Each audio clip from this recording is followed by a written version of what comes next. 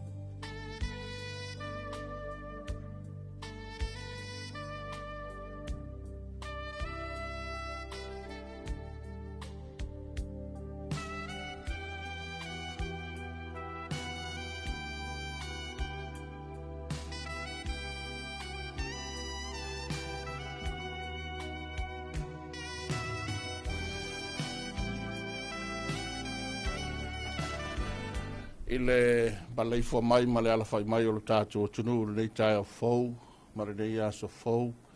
ia vi ia le tua ua whapena fo i o na tātou whtaia i mga whtau ola, ma le mga whtau soifua, langi matafi, ia whapea fo i le langi mamai le awa o te tele o le tunu.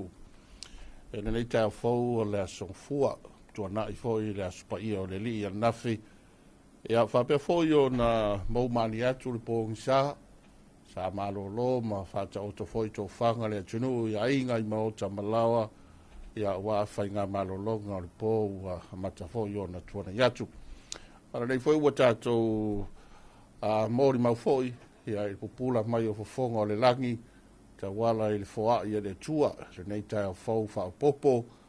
ia mai se foi lo tau soifua ua mōri mai ia masu tātou malosi. Whatara whātu le tua ipi ma lo fo lau manuia ma lo fo ile soifua manuia tato feilo foi ia wa fo ia por klame fanga so solo tu sai ma le tua masani le tu epi mai le pensula i morunu leo tapena mai le tato hosta blanga o le au na le tua la fionga le takono ia leo fa mai le ole mtanga luenga le kalesia katoliko mai wala. Ya ona fanga so solo ile o niso tato taranoanga masani ya mlesio tato proklame pe ona masani ai. Ai so tato mua foi me matato sa matato mori la palapa o malo ile tua ilo na ngalelei ya e pe ona masani ai.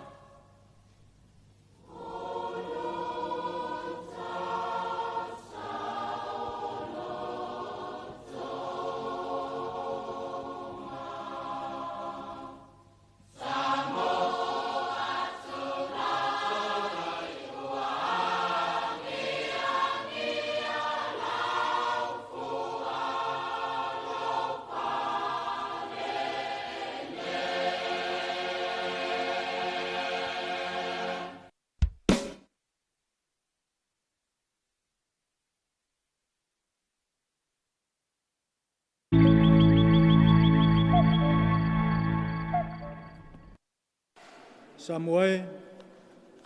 mapu mai ai ti ute ma fai vole nei aso.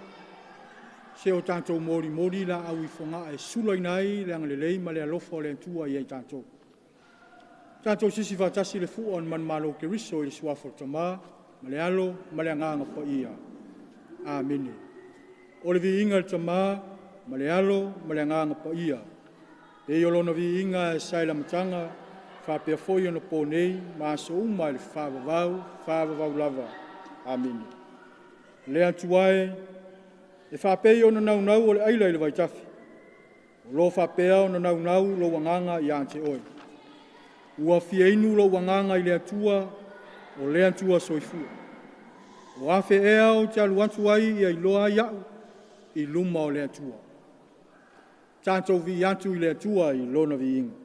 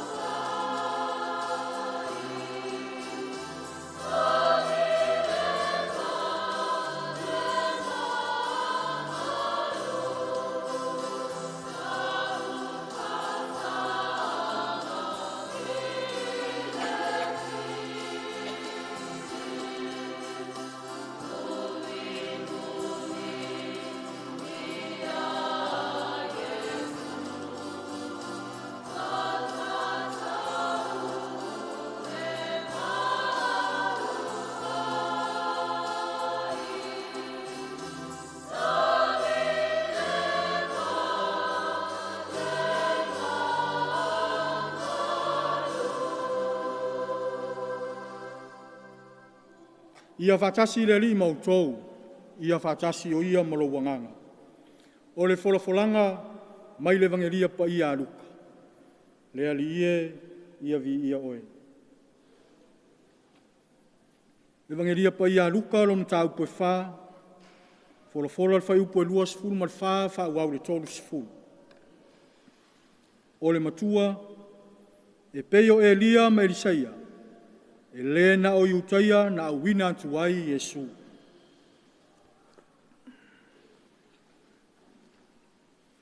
Ua whetalai atu fo i o ia, e moni o te whai atu i ante o tau. E le talia se perfeta i lona nu moni. E moni o te whai atu i ante o tau. Sai Israelu i ona po Elia, o whawhine e tō tele, o e uotia la tō tani. Na punitia ai le langi i tausanga e tolu, ma masina e onu. Ua onge tele ai le nu uma. Ai le i awina atu Elia i sola tōu. Ua na o Sarafata le a ai o saitona. I le whawhine uonti lana tani. Sa Israelu fo i le pela e tō tele i ona po o le profeta o Elisaia. Ai le i whamamaina so lantou. Ua na o na manu lava le suria. Ua whalongo i lantou uma o le sunako i nei mea. O na lili vau ai leo i lantou. Ua lantou tutu mai. Matulu i ante ia i tua o le ai. Ua taitai fo i ante ia i le tofe o le maunga. Ua tu ai le lantou ai. Na ia lantou whaitio ifo i ante ia. A ua savali ane ia i o lantou vaa. Ua maliu ese. O le tala le lei a le ali. Ia vi ia oe le ali i Yesu Keriso. Le fata alofa ma o folofa antu le neita ua fiafi. I le whaafonga taputapua i mai o seo tantu wantunu o Samoa. Ai maise lo tanto puleanga. O lea ua tātou iai le nei vaitausanga pa ia o le vaitausanga o le whanga furu. A o wholafolanga o le so, ma le whetalai mai o lo tātou wali, e whai mata i ala mo i tātou. Whai mai ua whao ngai e su tala whaasoro pito, o ni isi o perofeta tau taua o le tusi pa ia, o Elia ma Elisaia. E tau mawhai e whamatala tala mai ai le alofa o le atua. O le alofa e le whapito. O le alofa e le whatua o ia. A o lona alofa e muti vale. Whai mai e tele ngese lona to sa. Tele na wā lona alofa. Whai mai le tala. Sa iai le pela to tele Israelu le taimi o Elisaia. Au iai fo i mana manu le suria. O se toa maros. Sa fai matai au o taua. O le mea tupu. Po le ale to tele o le pela sa Israelu. Ai fai mai wana o na manu lava. Na whama maina Elisaia. Ai fai mai o na manu o le suria. E whape na fo i le profeta o Elia. Fai mai ina ua o le onge tele i le nu o Israelu. Pe tusa o le tasi ma le afa tausanga. Aina iai foi ma le fafine Sarafata. Ua oti lana tani. Fai mai na awina ifo e le antua Elia e fafanga ai a o iai le fafine Sarafata. O nei mea uma o tutupu. I nao na po i taimi o le au perfeta. O lea sa tau mawhai e su, e whaau tu ai, ma whaau au ai, se whiau mo Israelu, matangata o lononu. Ia tātou i loa, e lei au wina mai e su o nao ni tangata. Nā whio mai e su mo tangata uma o le lalolangi. Tu mai lo tātou o langa whaale asu. Ua tala whiunga lava ma le nei vai tausanga pa ia o tātou savalia. A o se whiau fo i mo i tātou, le atoanga o le alofa sa mai o le atua, na ia auina mai ai lona alo e totasi na ia puapuanga ma liu ma tuantu ona o le lalolangi yang sau faapena se lagona i lenei vaitausaga i le afio mai o Iesu e leʻi afio mai Iesu i ni tagata maumea po o ni tagata ata mamai po o ni tagata e 5 malolosi e lē ai a lea ua manino po o polonga po o saʻoloto tasi lava Iesu ia i tatou o se feʻau foʻi lea mo i tatou lona nuu faatuatua a o tatou iai lo tatou sauvaliga i lenei vaitausaga pai ina ia mafai ona tatou ofo alofa atu i o tatou tuaoi alofa atu i le tagata ua mativa alofa atu i le tagata o moʻomia lo tatou fesoasoani o le tagata o loo puapuaga atia ona le pine lea ona o tatou saofaga lea i lona mālō e faamavao tatou tatalo i le atua i lenei tauafiafi ina ia faamatala-loto afioga paia le atua mo i tatou ina ia taʻitaʻitama ai lo tatou savaliga a o tatou iai i lenei lalolagi e lē tumau tatou tatalo matou iai lenei tauafiafi a le lualofa faasoa momoli le soifua o Samoa e mese lo matou puleaga matou faafetai lau puipuiga ma lau tausiga iai matou lenei aso tiute ma faiva ma lavasiga sa feagai ma launu viia lava oe le atua lo matou tamā i mea silisili ua e faia mo i matou o tele na ua lo alofa iā te i matou a o i matou o ni tagata e paʻuu pea ma agasala pea i luma o lau silafaga paia matou valuvalusia o le fau i lou finagalo paia le atua lo matou tamā i o matou sesē ma le o matou aleu alofa faamagalo Samoa faamagalo lo matou puleaga ai le gata i lea o totonu aiga taitasi o matua e oo lava i fanau sausauina i matou le toto tāua o lou alepele o Iesu Keriso faamamā ma faamagalo ai matou ia matou momoli atu i lauafio se o matou atunuu o Samoa e le gata i lea o lo matou puleaga ina ia iai pea au faamaliaga ia i matou taitoluaina pea i matou i taimi uma ma aso uma ina ia iʻu ai tiute mafai ai foʻi ai le viiga iā te oe ia o lo matou tatalo lea le atua faatasi ma le fautua tatalo o lo matou tinā paia o Maria e ala i lana fautua tatalo i lona alo Iesu Keriso sia ua alofa Maria ua tumu oe le kalasia ua iā te oe le alii ua manuia oe i fafine uma ua manuia o Iesu le fuolowalu Maria paia e le tinā o le atua ia e talusia i matou tagata agasala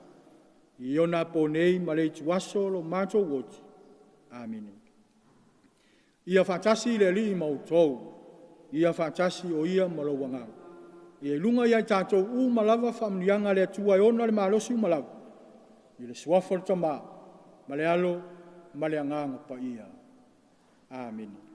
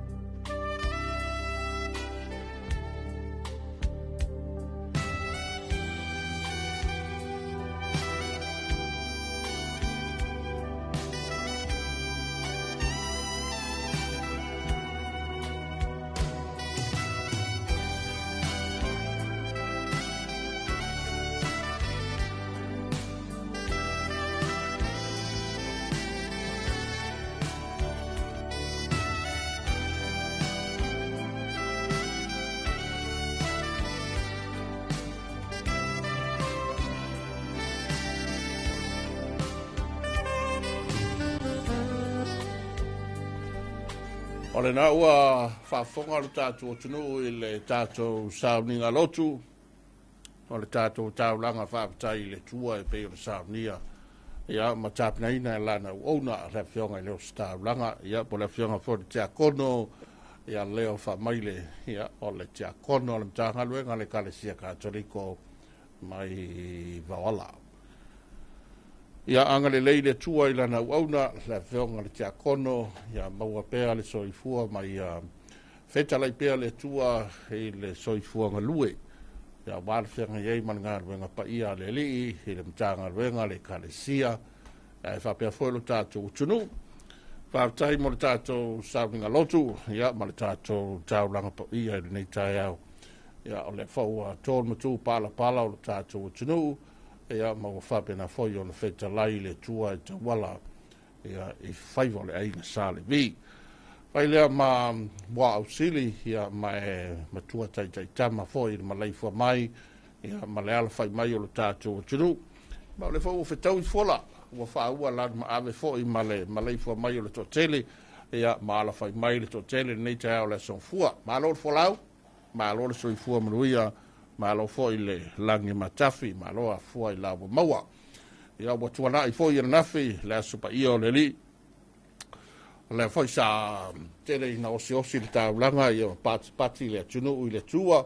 i so se fata fai taulanga ia ma moli foi le taulanga i le aso nafi ma lo foi la inga sa le vi so se fata fai taulanga i la tau foi ia pitola au sa fa pena foi ona tai foi lo tatu tunu le fata fai taulanga ia e pe ona ia le sa nafi pa mata ona alwatu le pongsa ia sa malolo elo tātou tunu il po al nei o tātou tai ai foi e le hanga lei ma le lofa sili ese o tātou tai sili ia wala na foai malana tai inga le ise tua oi malona lofa tau muri pea e lauto soifua ma tātou wola nei a so fua splono nei ma sina mati ia ma o tātou la mai foi o ga tonu o nei ma sina lo tonu o sanga Tere nisi o polkalame whanga solo. Hai masi lava o tūlanga masani so tātou o tunu.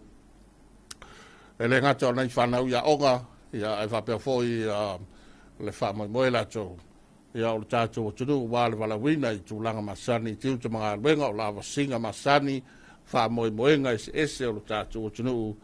Ia e taru tonu o nisi nā waenga o le a.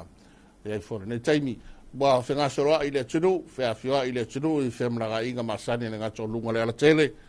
Ia ai whapea fōi, e tūlanga la tō le wāo mō tue lua, e le motele i salawhai, whapea fōi. Ia ma le tātou motu i tūmua nei. Whātala whātu le tō i pi, e le ngata i so se tafa o Samoa, i ona tūlanga ma malu, ma ona tūlanga masani, ma ona tūlanga aloa ia, ia ai whapea fōi le tātou tunu, ha mau fōi mo mai, so se tafa o te lope, Whātala whātua le pi e le nei tai o fau.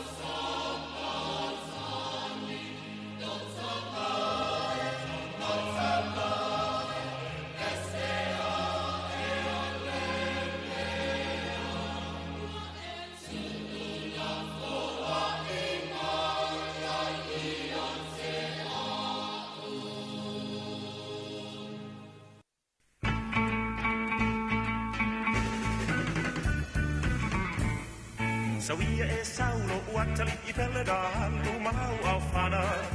E mai o se manu I le o matu e fai ai sa ue tau mafa Ai awane I alo a e puki mai o te amatu o whamanu I anga Ua le o e umi o na o o tilea o tawa sa ko I o umata Praise God, praise the Lord, hila la Lord Tino ya e sawa o la uwa alo o le leo ya gopo Praise God, praise the Lord, hila la Lord Tino ya e sawa o la uwa alo o le leo ya gopo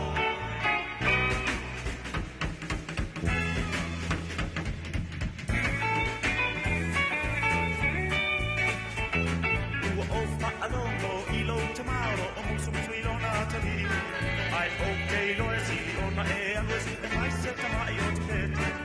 Vai ia o na kuta le fa Mangi mai mana ia E mai lo so o uma manu ia ai toi ai na o malaya Praise God, praise the Lord Hila la Tino ya e sawa o na uma ala mo le leo ya koko Praise God, praise the Lord Hila la Ya esa wa ola fa ala ole leo ya koko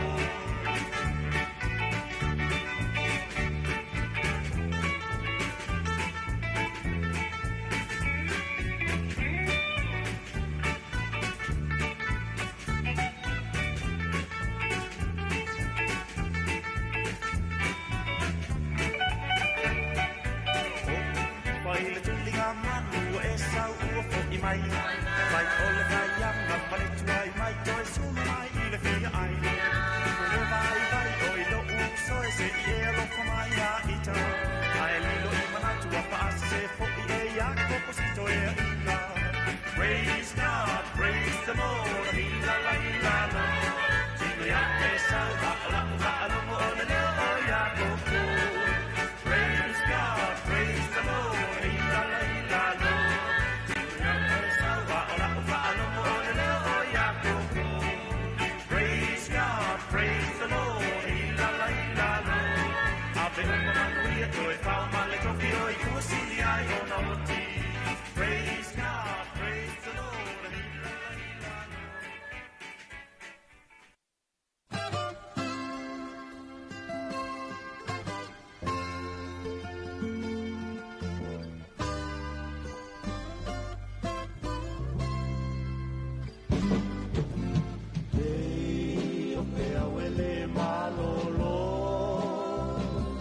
Pati mai pea e la tau I le au ale ko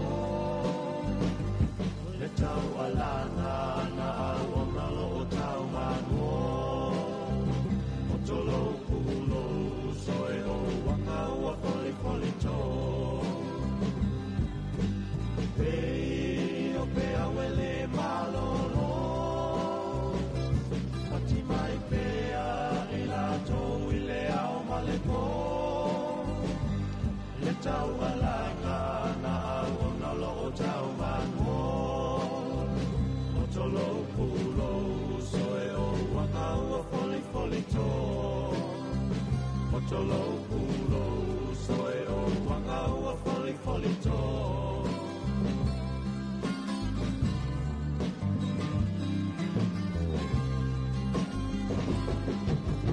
Me I fasa sei no lo ma fau fau O te leiloa le taimi o le tunga mau O tula I mai e talia o le vala O le atali o le tangatau ala tau na sau O le atali o le tangatau ala tau na sau E I fasa sei na lo ma fau fau E te leiloa le taimi o le tuna mau I mai e talia o le valau O le atali o le tangatau ala tau na sau O le atali o le tangatau ala tau na sau Na ona o whaamana tu ae ua o ina O le tala lele e se le iloa e se le talia ina Te laulu a fulu tau sanga o tau alanga si toe a ina O mai o le lolona o lona a ina sa paasa o ina O mai o le lolona o lona a ina sa paasa o ina Na ona o whaamana tu ae ua o ina O le tala lele e se le iloa e se le talia ina Se laulu a fulu tau sanga o tau alanga si toe a ina O mai o le lolona o lona a ina sa paasa o ina Ai o mai o le lolona o lona a ina sa paasa o ina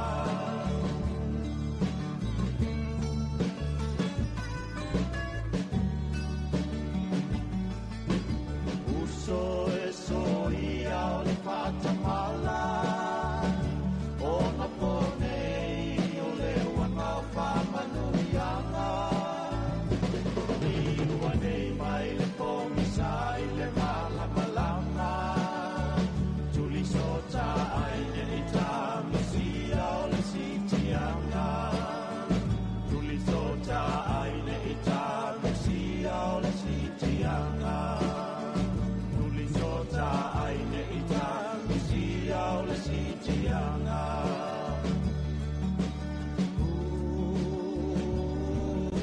Tele lava o whawhiawhianga i a marisi fwoi o pesipesenga whalenganga e le ngata o le awe peserena le kalesia katoliko. Ia ai wabea fwoi a nisi o pesipesenga whalenganga marisunga e Sulveta Kurene. Ina ua mai a le tātou sauringa lotu o le tātou taulanga I le tua o tātou mua I fwoi mei ma tātou saa. Ia pea whai o le whatoa e maua mai i a tātou polkalame. Ia wabea fwoi a tātou whasalarunga masani tai o fwou. Mana nei a so fou le angare lei o le tua, mana tu foi ua tu ua ni so sao ninga mai malu malu e peo le masani ai, te la foi a le atunu, mai se foi o le tula to le tala le lei e kalesia, le whainga ruenga tofe le tua. Ia te le na lauso e ma mori foi le atunu, ia I malu malu o wale pat patinga fale nganga, e peo na I whare tai o fou, ma waina ilu ilu ma talu talu, ia tātou te haulia nei tai o manuia. Marinei a so fou, feo e whaafonga mai ai, feo e mai boa mai ai, ia whaatal whātu le tō pi, ia na polkalame masani, ia ma se volta to proklame nei o fatalo fa Samoa fatalo fatu so staff o le tunu fatu foi pa ia masani matulanga masani ia ma se foi lo tato atunu ia inga lo mai mo mai so staff o tolope ia ba so se vaenga o le nei na lulangi o tuiai ia tato proklame ia ma se foi tato fa salong masani ile aso se fulu ono nei o mati ia o tato ia do nga tonu de masina la to ia masina lon tolu nei to sanga a te lo wa mino i mai sto telo la tunu mai se la to e va vele usu ma ve ona fatu langa foi la to ia por la masani ia la tunu to foi nga wenga tau no mai sto tele le tau langa nei opia ia po fe lava le motele se la fai ia mai se foi le tulanga la to ia ta penanga nei fana wa onga mar to foi nga ia onga ia va pe foi tulanga la to ia fa solo malie o le nei vai aso le fatua mata le vai aso ia ile nei tai ao matang fie o le aso fua ile le ona fa pasi mo muatu i le tulanga le fa mtalanga me le official vai tau ele o ia se fautuanga po se lapta inga ia po o tulanga foi fa malusia mai official vai tau mo la fa no uma lo tatu tunu ai mo le telenga o le so e utia se vai ngole langi au manai timu to ulu wa soloi fa be foi wila ma fight chili o le solua tai au wala ia lo visual vai tau o le le lei wing o le tau se ia vanga nai nai timu pu o le ai al watu la solulu ma le stofio la fa pena foi o na ai nai timu pu e ma tele lava e na le lei wing o le tau tai mo la fai va le wa mata ona to te i mai tai luas fulu 5 minuta te le 5 e le va ver nei o lo o ya ile fa mo tau ona to pe le tai ile te ala fa suma tasi le tai nei ona to suatu tu ile tai ile afa le 5 ile fia na nei ia o se tala tamaina le tulanga o lau whanua o lo tātou tinu ia ilona tūlanga wa o te tele le ngata upornei wa pe fole mo tele i sala whai ia e wa pe fole tātou taimi o le tai e fua ia i lātou weo le sami ia wātou le tai ao po o lātou sa ili ngata i whale ia o tūlanga wha masani foi e le au tau tai ia mo le au whaiwa he vesili pea o le ala taimi te i mai le tai o le a fole taimi e pea le tai mo wha moinga ia matape nanga halo tātou tunu. Whai maria nei tai au, se tātou tunu o tātou ia le whatalofa Samoa, whatalofa i paanga masani, whatalofa atu i le auauna le tua, i so se whata whai tauranga. Ia, ai ba bea fōru tātou tunu o lewa, e le ngata ua maleifa mai, ia, ai ba bea fōru tātou tunu o lewa minoi a whemlanga inga, ma whiawhio inga, o whatasi talo tau, ia malap tau wa vai tu fa fol fa malama ia le wala nge le mai ma te lo foi o se aso la ni aso ia po se aso vela ni aso o le a fe tau ile ia malisio fo fuanga o le pc for ta to ia tunu ile ni aso ia mal le va aso bala ngole so le a matai le va aso ngana Samoa fa ta o ngana ia ilalo fa malu le mtanga venga wa onga le la telefoni so por kalame la to ia e fata wai nei vai aso ngana fata la fatu le pulenga ia ma se vole minister pulenga malem tanga wenga wa onga magadu ia ma ia tele ia fa mo la to ia nga solonga ole nei vai aso wa mata le vai aso ngana Samoa ai e ona sila fia on bolen to lu mai tai le maloni sila Christopher Luxon ia malona au va le wai lau whanua o tātou tunu. Ia o whama boy o nisi o tūlanga e pei o na walau liai fōi ia le whainga malo, por te tai le malo ni sila. E le ngata o taraina o tātou maketi savalalo, lea e sa mai ai le o loa lulu, ia ma le tau au le malo ni sila le whatupeina o lea ngara wenga tele. O le tala i le so. Ia ma bea fōi nisi o tūlanga fo i o whainga pāanga. Ia o lipsila e wha inga na lua, ma lo tātou o tunu. ia ona ele tautoe whailoina mai le tele o tausanga se ia o mai le so o New Zealand o le atunu Pitusili ona toa tele ai ia nei o tātou tangata ua whiwhio mpapa awai ai maise o le manuia lau tele ia marasa ili ngā malo o lo iai tonu fo i o New Zealand patala whātu o tātou atunu i New Zealand ia leo o si tai au nei, si taimo tai au nei o lai mo mai e tātou whaasalunga le ngata o siu whongo sa mo le toi pi runga Facebook, le YouTube, e whapea fole TV, la la ata le TV iwa ia a tātou lea whi whamoi moi whanga solonga o le taunu mai ia po le whamoi moi o le so ia i le teitai o le malo le sila le foi e ta oto le whamoi moi i le whainato le suafa ia tuisi nave ulu mo tō tua tuisi nave ma ulu mo tō tua e le whiongia Christopher Luxon o le pālemi o sila pia o whaatolu ai lea ngā whio mai ta ilo ia i tu atu ba malanga le tawa e tu pe o le afo o lua fe los fu lua ne malanga mai par mi to tai no sila ya Jacinta Ardern na fia mai foi la malaksa na na sau tai mina o i o soi o le tuanga le sa ngai al fainga malo le sila e na tai mi ya ta lo le la fia mai lua fe los fu fa ya le na fia mai il fono foi le chokom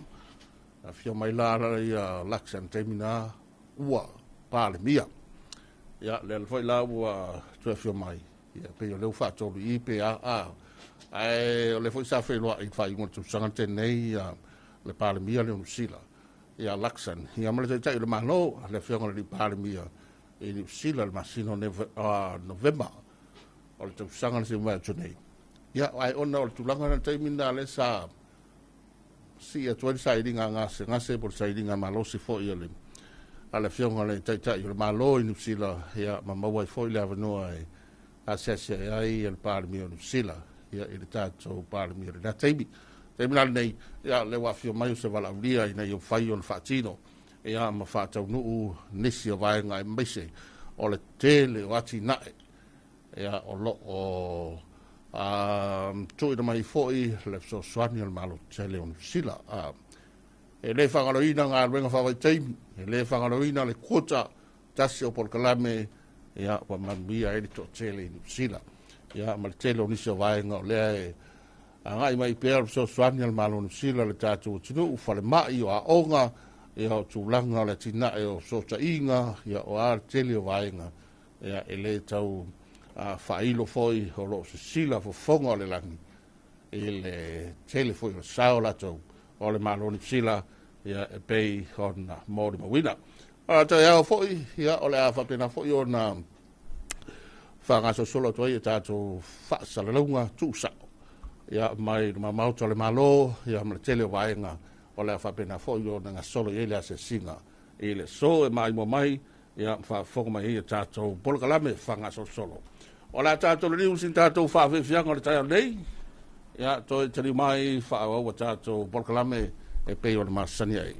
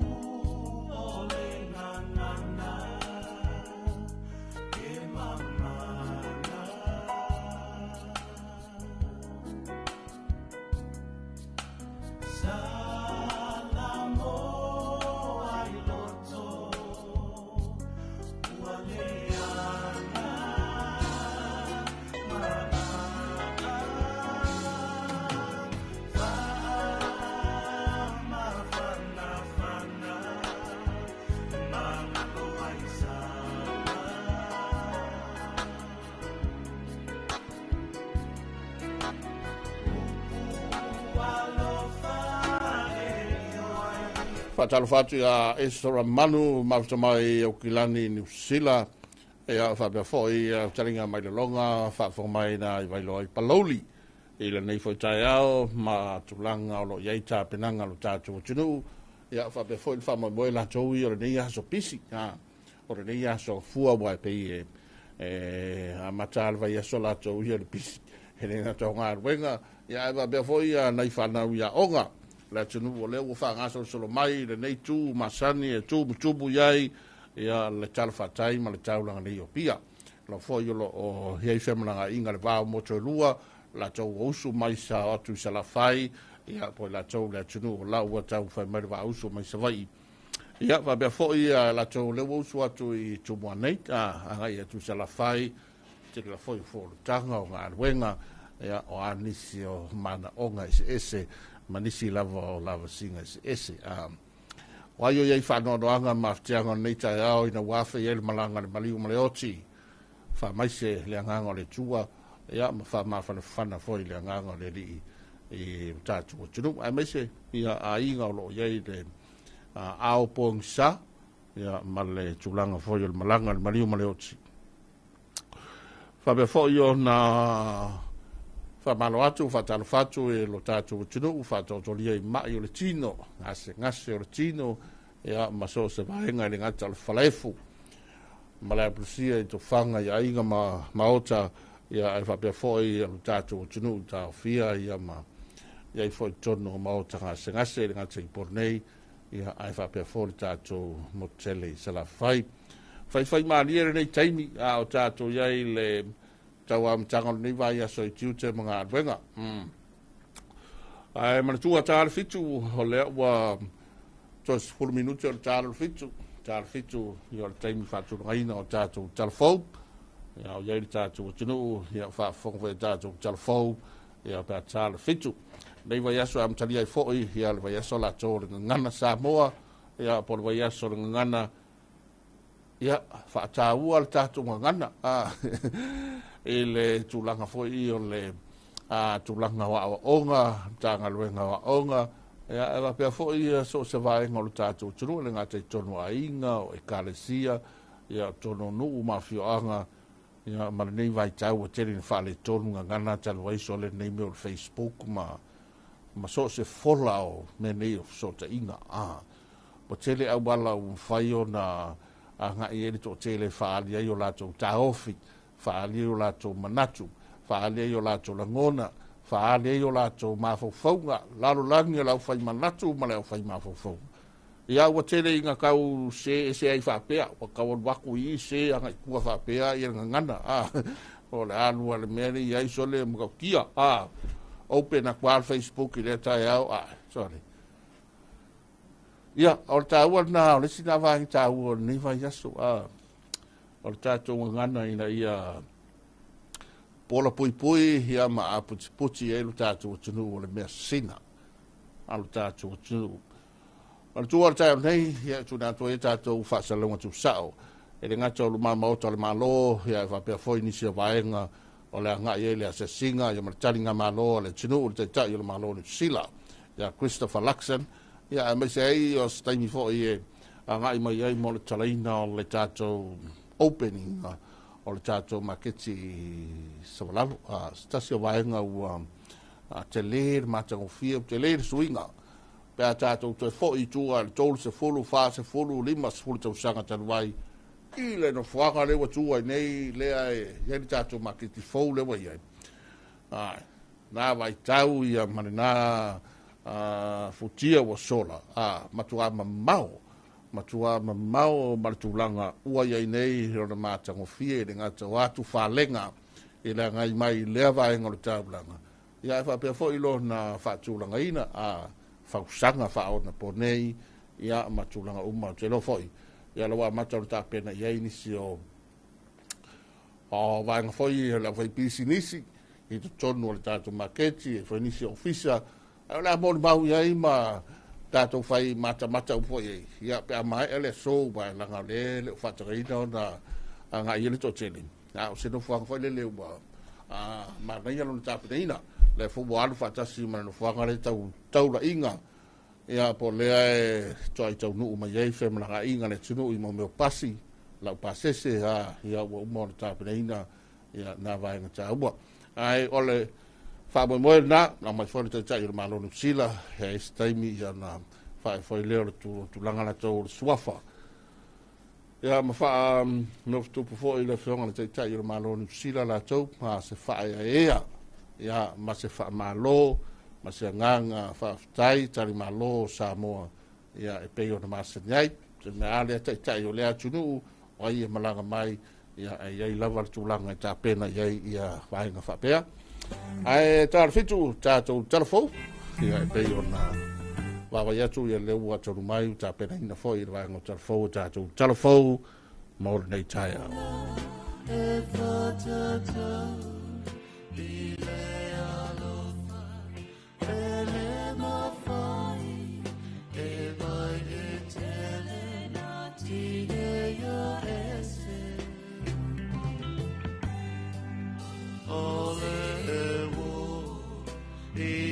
So uma ole uso ia so vai now let's more to il more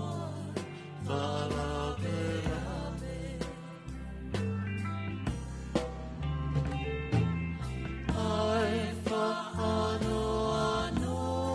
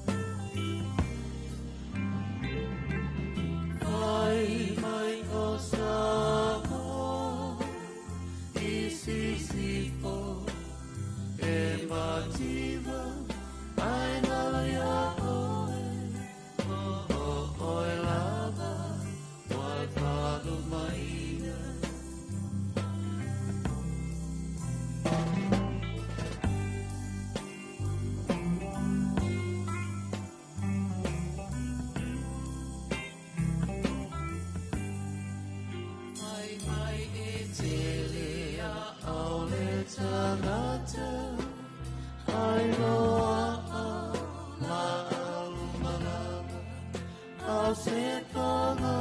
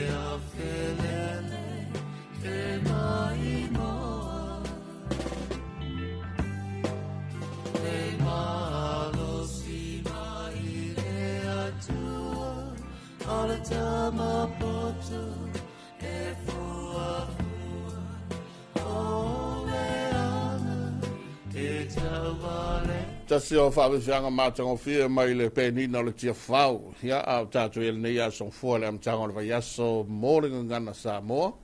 Ia po le whata ua le ngana le tātou o tunu. Toi tolu minute ona ta le o fitu le taimi o le wati le to ep va tal fatu ya to fine ya inga e sara malo fam ya maluia tele nga wenga no fatu fo le to ep ma ta to ofisa fa ngai foi matiu te nga wenga o le pca for the yaso va tai mai va tai ma to mai ma ta to fa fianga nei ya on fa fonga le ta to telefo mai sunga ma te waina isako o le vaenga o telefo o le to ep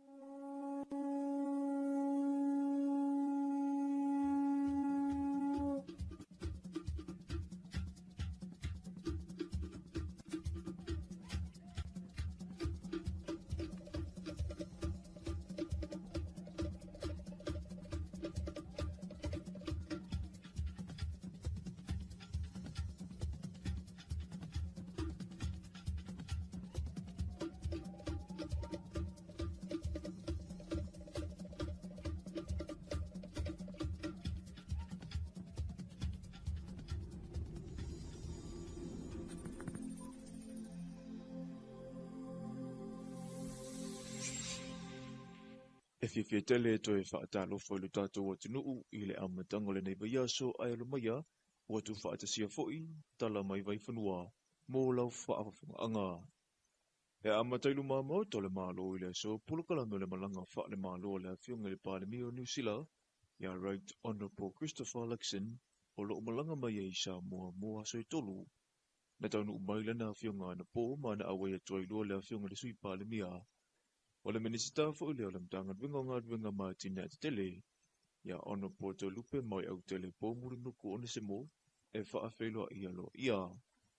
o sa umo le fa moi e au fia ile na sia singa male tula I fa alo a to male hangi ngai o le fa e atu o le sofa tu isina ve mo lu mo tua ala fio anga pia le pale mi o New Zealand o fofo uma mo le va yeso nei. O le malanga le nei wa levo na turi mata ia, aua e te tala I fo'i ma le maketi fōu I sevala lo. Le na whaatupe, e lea fo'i ma lo. O New Zealand ma Samoa, na amata mai lavala la whainga pa anga I le whenga inga wha le wo po le Treaty of Friendship,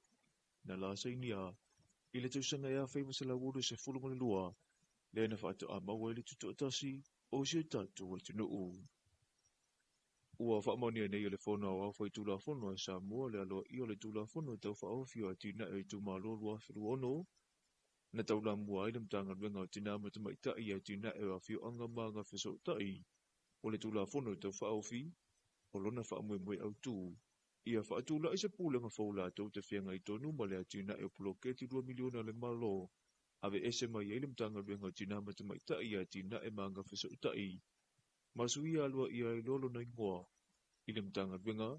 o a inga mamata upula tele.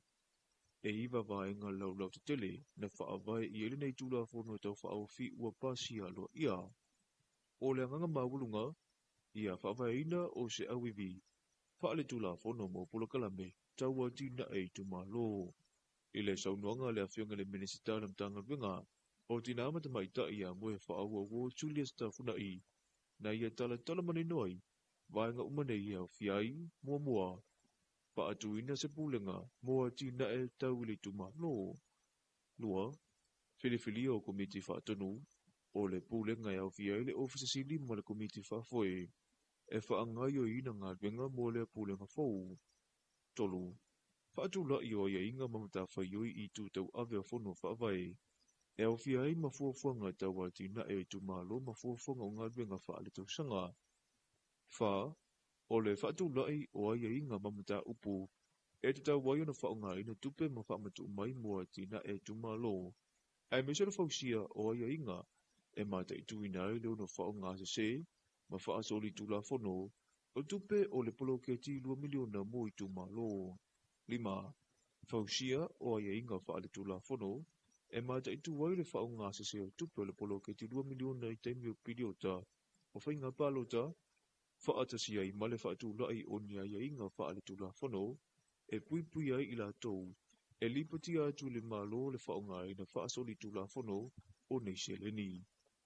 Ono, whetuna inga o ia inga mapulenga whaala toi whale, anga i diu te tau ave o komiti whaafoe. Sui o le malo, sui o le nuu, ma sui te mai tai o nuu, ma ua whaase uma atu diu te i lalo o le pulenga. Fitu, whaatula i o le tula whono tau whaofi e solo i le tula whono me ta upu tau lo toi whale a whewasalau i wasfunu le nima, ma ni tau ngā loa ia, i tula whono uma e wheso utai i ai.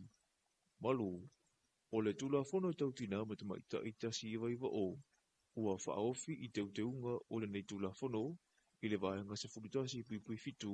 le suia o le ngoa o le mtanga ringa o tina ma te maita i a tina e wafio anga manga wheso utai, i le ngoa o le mtanga ringa o a inga mamata upula tele. Ma le vāhanga muli, whaatulai o ia inga whaasawina mo le whesitai,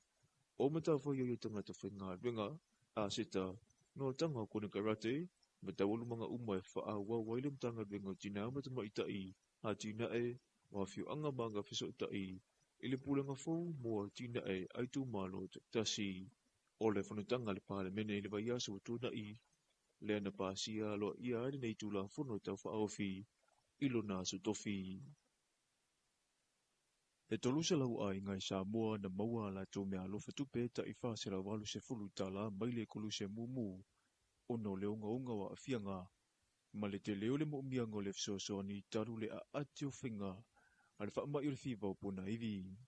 O le nei purukalame na whaama i te mai le ofisa au tū o le kolu se mumu, a le langi, ua te le fo i atunu uola tau whaatinu ina, ai o le uro i taimile nei Samoa, i le whaataranoanga ma telefou mai vai whanua, na saunua i le awhionga le ofisa sili, o le talia tulawa ia le sosa iete, o le latou lea langolango i le malo maana ngā ruenga, ai o le latou tiu te foi ua aia ia i le tula whono. Lo ua ua tele tonu ngani mea na matou wa ia tele anei a inga fo ia watu, ele ufa o ngā ina tele o ta inamu na tufa atu tele tonu o lana i eni ta inamu, ia a o le nganga fo ile le to tele o tato a inga e watu loni mea fo ia teu lo le pusai tali e malo pe au mai a matou na tele tonunga ia a tilo le kolu se mumu lalangi a tonu ele o tala fea ngai o loa ia na matou whaamatu ua e la le sipol kalame na kolu se mumu a whape o stulanga whape na silele ave ia uni nai se le ni a inga ia fai ai ala tō mana a tōnu e mata mumuli e whailoa mai mea lai mana o ai. Ia ai e se fo le tilo atu e le tato so sai e te ia matulanga whapena walanga tāu ala vai ala tō ia tamali i ango na i tato tangata a maso tangata soifu ala. Ia nā lua i ale i una na tuwalalo mai te tauna aveni nai se leni ang. E whaamali e ai ia mana o ngau a inga ia wa maua ia na i o lato whanau manisi le a fianga le whaama. Ia ele i whai ngofia na tali i o ia e o ia o le pokalami o lo whaanga solo ala lalangi atoa. Ia ala mafau whaunga fo ilele wala isi la fia o male atunu. Ele tele ni tupe tato society Samoa ia o fea au mai na tupe tu fatu. Ia ai nai wala na so ni mai tato kolu se mumulalani na pawala tala fai ai o lela i o ia a mai na se tolu se launi a inga e fata ita ai pe ye ni fa fita uli ona tula e mai pele ai ia ona fai fo ile tulanga na o le lisi na tu ina mai le mtanga ruenga o le soifua maloloina na maua i tangata e onu se lau iwa se furu mo le fitu na maua i sia mo le fiva o pona iwi talu mai le fatu apepesi i Samoa. E mai ane le toe a si o ainga nei, ua na o le tolu se lau na ngawaa i le se leni, ma le onu se lau walu se furu walu na ngawaa i isi vaenga e peo taina mu, whanganamu, vaenga e whaapale e le suawai maisi. E ele fufuanga fo ele e mawhai o na fia umale tatou watunu peitai. Ia o le sa whakoa mawhai o na whanga solo. O le la sa amatai loe le tolu se lau a inga ia sa whiriwhili. Au nei whiwhilinga sa whiriwhili mai base le mako verification si vanga fo ia a fianga le whanau. Ai me se le tu mawala loina o le tamau a inga i maua. Te leo a inga i le whatusali ai a inga fo ia whai business ma te le mea peitai. E ina i a inga e le whainga luenga. Pe whainga luenga fo i le tuatasi. Tua tele le whanau. E matua le ngā whatia lava le tamau a inga a fianga nei. Ina ia toe mawhai ona toe whesosoani le taimi tonu na tupu ai ia le whamai. Le la sa whesosoani e lola ia e ka ona matopo kalamelea. Ia o le cash and voucher assistant. Whesosoani ina i a inga. Le la sa mako whiwhilia umai a inga mai i so o seitu lava o le tatou watunu. E sa whiwhili lalo i vaenga i le angawaa. O angawaa ia sa whaa na sa faa maoti mai lava le matou federations fo ile kruse mumula lain fa tatianga o ai inga e tatau ai ona nga va ali tangata e tu sabe sa afia ni so fa na mai le fiva pona ivilia ai te lelo tamau ainga e matou te fa malulu ai o lenga fatia ona e tausia na mai ai le masino February le fa mai te ai wale bona fa ina ngā ruenga la vea i koluse mu wale tūlanga mautinoa ele itanga tasi na o swafa o e na tuina mai le mautanga singase ai na sia umalawa i tu ole atinu u na te tele le wha mai na maua i fo i maisi a inga ele mawhaiona nga i mautanga singase ina ua afia o na mafua anga pei ole uti le wha asoa maisi le na a apa toi fo i le sosa yete le ngato le whawai ai unga ruenga wha mama na whaia i loto i whaleo a inga. Ia iwa inga ta ua hitching kit na ia po bai ngai e wha ngai ia lomi whanau ia male a inga atoa watu mana utele. E fo iwa inga ta ua cherry cans ia po vai inga e wha apalema ma teo maruina i leswa vai. Ia tau le whailo ina rea vai inga ono le mafua anga lawa tenki fiwa i o le namu. Ia e ole vaenga mwhaiona pipisi na te tele ma whatelelo na fianga ole tautu ufola na mui vaenga mwhaiona ona malua mte wina ire vai ole whatinonga whanua runga iri whapesa tuturia na aingai ni mwhaiona wha o te inam sa whai mali e madvaenga ta ole wash program a whapeo o tulea sia singa ire a ingai olo ia lo fa ngale le talo ni vai se tulo ya po ulo ya po ani vai na fa pale swa vai ya mana tu te mine ya to te lo uma te lo ai ngale fa ngata lo ni vai fa pena elo ini u fi manu vo ye u fili ye ni ngol pa elo ya po ngol talo te le la vano la expose ile vai le ke o maluinga ile nan ile mfefe un tato ilo atu me o lo wata tu fuole na mutono le o le vai le ne la provide ile vai ngale ka o cherry can ne ngata fa pale le so vai mai te o maluinga i fo ile ne so vai ma wa fonta ma fare ai ne asu mare asu ia man vai ngala vale sa fa nglo ngole hechinki sa fa o fo vai nga wale tu malo tele ia le ngata foi le man pupu ia ma tanga tale a fia o ning fa ona pisi tono le o le a inga ia le ia fa ma e tu langa ia tau cherry can sa fa ilo e dua se laudi masuma le iba ia tato wa va nge te malu ne so va sa fa pe ona fa ona fa o tu no ma fia anga ala fa inga tata ina mo sa fa pe ona fa ona distribute e dua se lau e dua fe tau se la muntu I le maitau wina le anga i pea ilunga o lea whai oe o te pepe se le ne ngā singa se, ua wha mawina i fo i le isi a wala le kolu se mumu. O lo ofiso soa ni aimo i la ato ua wha mawina le nei taimi, a wā e le itoe tu ina atu le mtanga winga o le soifua malolo ina. Le lisi fau o tangata ua mawe le hiva puna iwi, anga i le kolu se mumu. Paule mele mātou te ngā lulu e vai ngā fau lea, o le sua ina o toto. E whaamatu atu i le ofisa su e a po la laboratory a whale mai. Ina ia whao ngai ngase ia mo mia toto a. Na tele au ngase ia mo mia toto i la tō le maua le whaama. Talafona mole nei vai ngole aso manu e tele fuafuanga o whenga i male atunu u.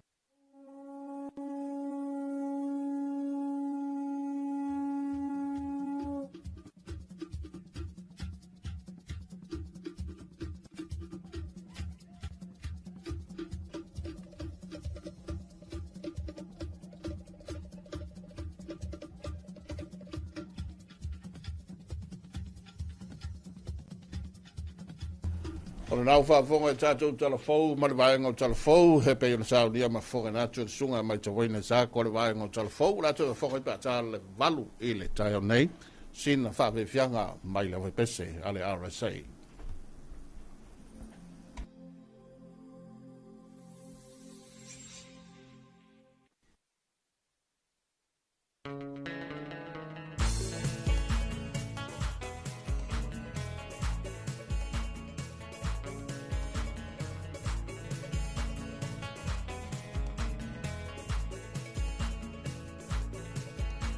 No watunu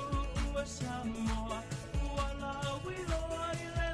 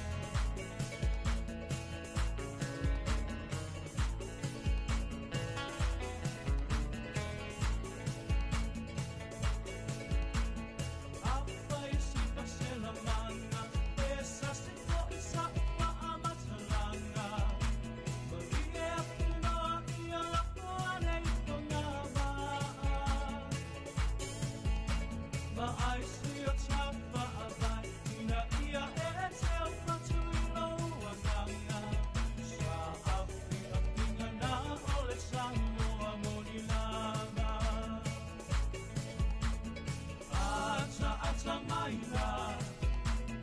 lue lue maila oso ilunga matuli susumaru apoi no mua ata ata maila siva siva maila oso ilunga matuli susumaru apoi no mua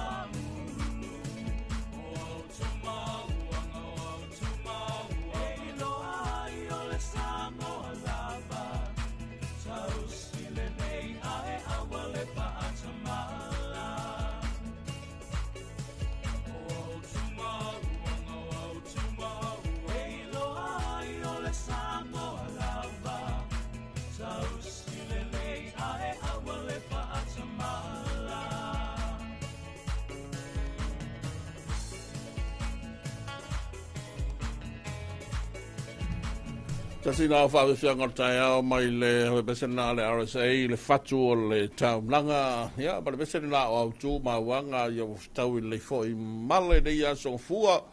ia le amatanga le vai ia so i tiuta mga benga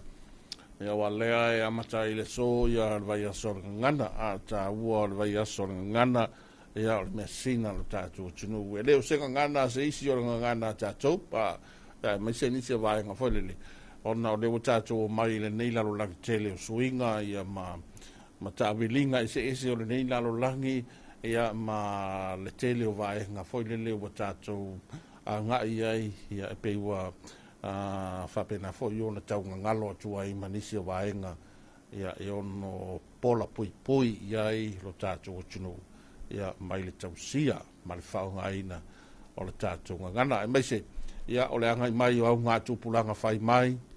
ia o tātou whalo ma whanau ia o tātou i le nei lalo langi tele ia mara nei vai tauka maru ia whaile am tanganato ia o le vai aso ngana ia o le vai aso ngana Samoa e pe o na whatulanga o le nei vai aso ai o staimi o na ia whaile o le tātou o tunu ia tātou whasalonga o le ai whafonga ia ma mai mo mai foi e le whangasolonga latou o le polkalame o le taringa malo o le tātou o tunu i le taitai o le malo o New Zealand la fionga i le ripārimi o New Zealand ia Christopher Luxon ia leo o taunu mai whanua e le pōrepo whamano whataro whatufo i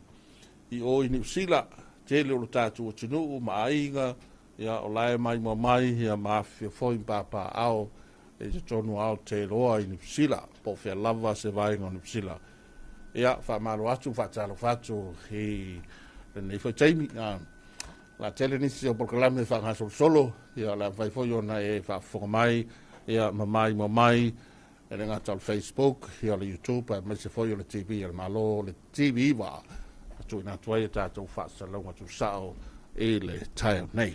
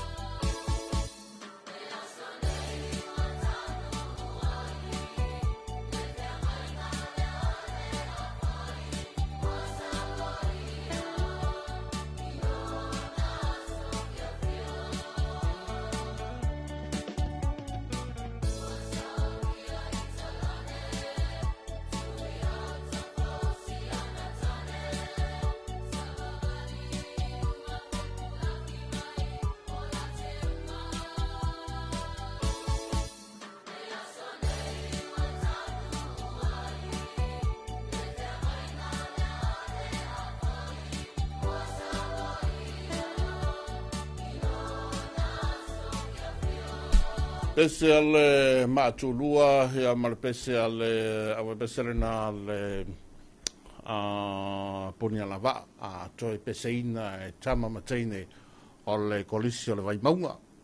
ia o le au vai maunga uma a le kolisi o le vai maunga a tātou whaafiafianga ia ma pese pesenga o le nei foi tai o le songfua o le teimi o le wati o le ua afa tonu le tula fitu wa uso le totele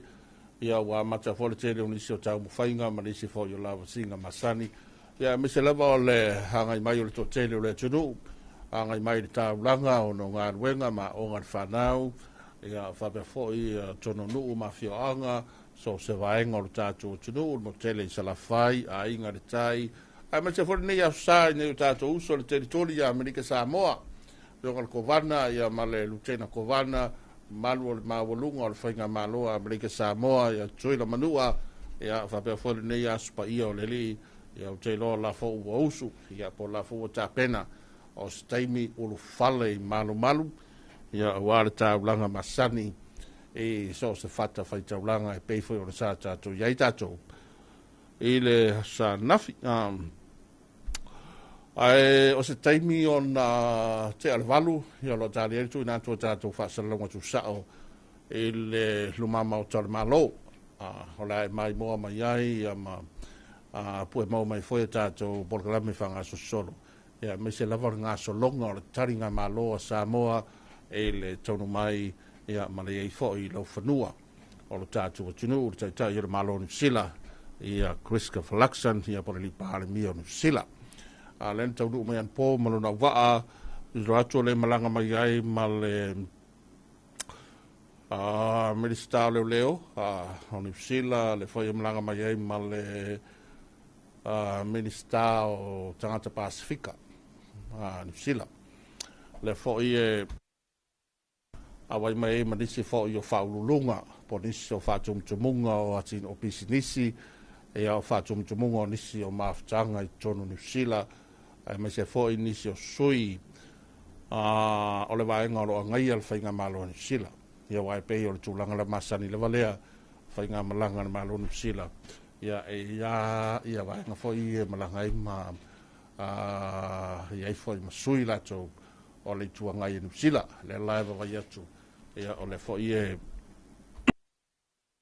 malanga mai manisio sui o le vaenga o loa ngai al malo ni sila por whainga malo ni sila ai tele ni se vahenga tātou o sila fia le so tele i le whamai le so tale ina o tātou maketi savalalo le e whatupe ia ma tele e fo i a whamanuianga ma le tātou whainga malo ni sila ia i le foino whakatele i ma le toi suinga atoa ia o le ana whanga ia o le amori mau i le tunua le ngā le so ia e maise o le mai ai o le talaina ia la whapea fo i o na awanua i le tātou o tunu e asi ia maga i wa tele lau pisinisi e fo ni se fala inga na te to maua o le ia tonu i le vai foi lau fai loa ia na ta to tangata foi sai mo mua le fai pisinisi ia ma to tele o ta pena i le foi vai ne pe on fatu la ngata to maketi i so lalo por ta to no fau le o le afa pa ia ma alo ia i le so ia va pe voi fa mo e o le fa no stupo le li par mia ia pe on ta pena le fio li par mia le tai o tato malo ia mo tato tinu le fo fa jet swafa ia o tu sinave maulu mo tua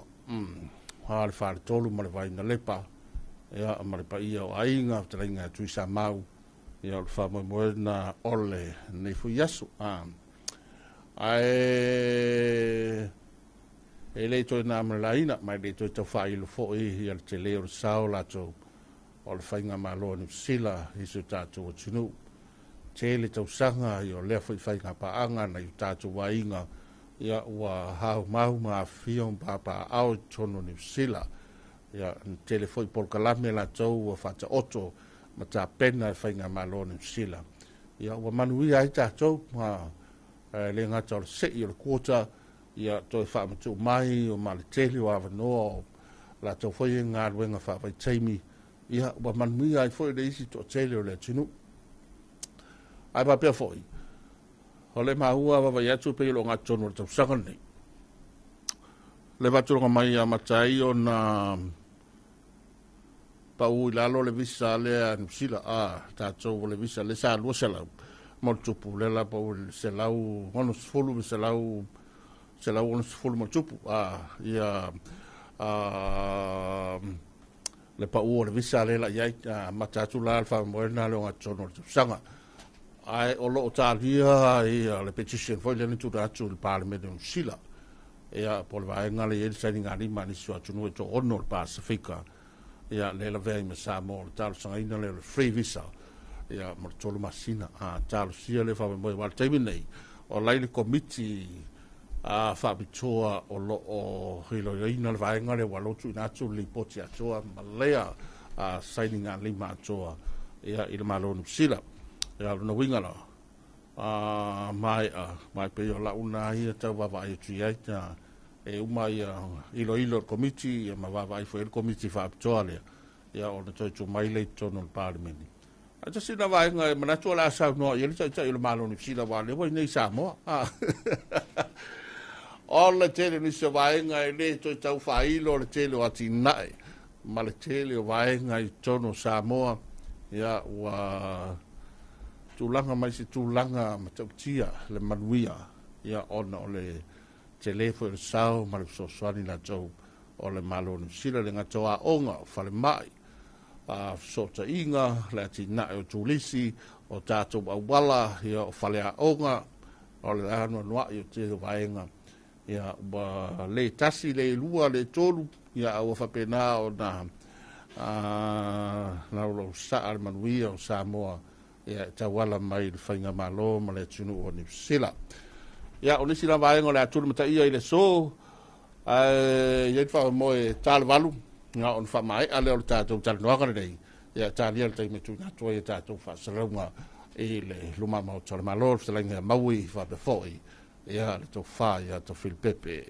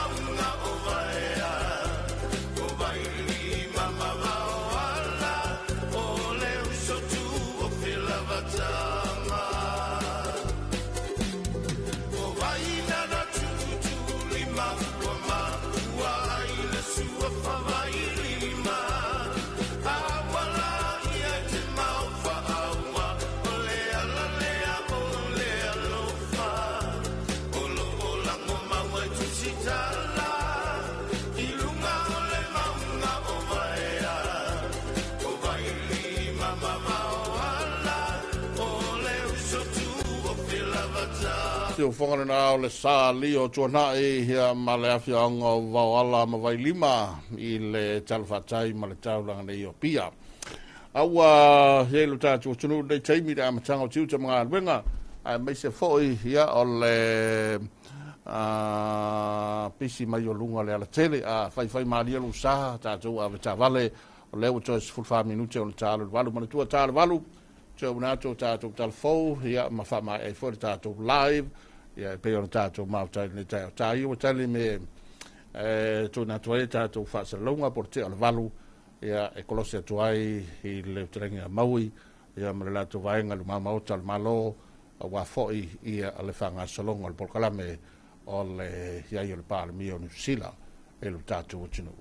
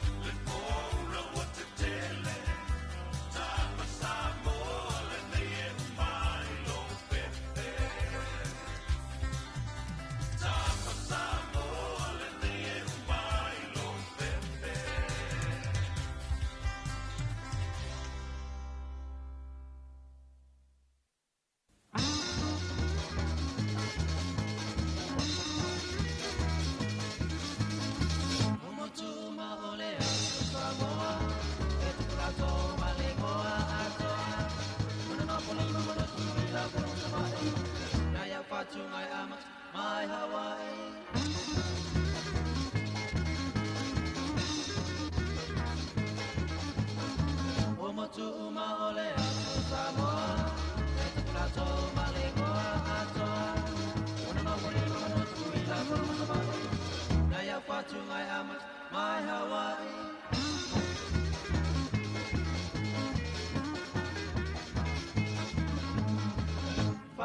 Poponga Maria, ese yo salma faya, nai vivinga, remoto le pacifica.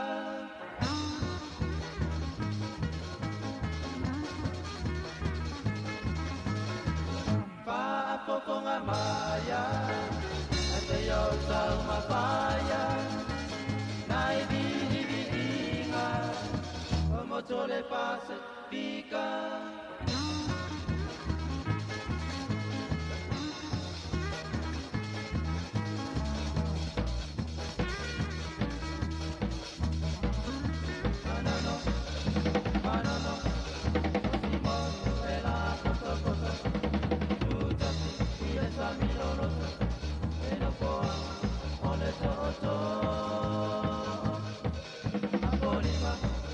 Apolima, no poanga ore au pai kaiba, o te le tia pa ai saina, e i te iua e molewi. Manua, manua, o si motu e se ona tua, no poanga o le tui manua, o le tau kasi ale mamatu. Tutuila, tutuila. Ese ona wina, e matele ile pa America, ai ngalo ai uma ai. Upolu, upolu, vino po ale au pa asolu. Tu mua yo unita ni tanga, tu me va casino na calda. Sabai, sabai, vemo tu tele o te mita mita. Tu pai me amaba.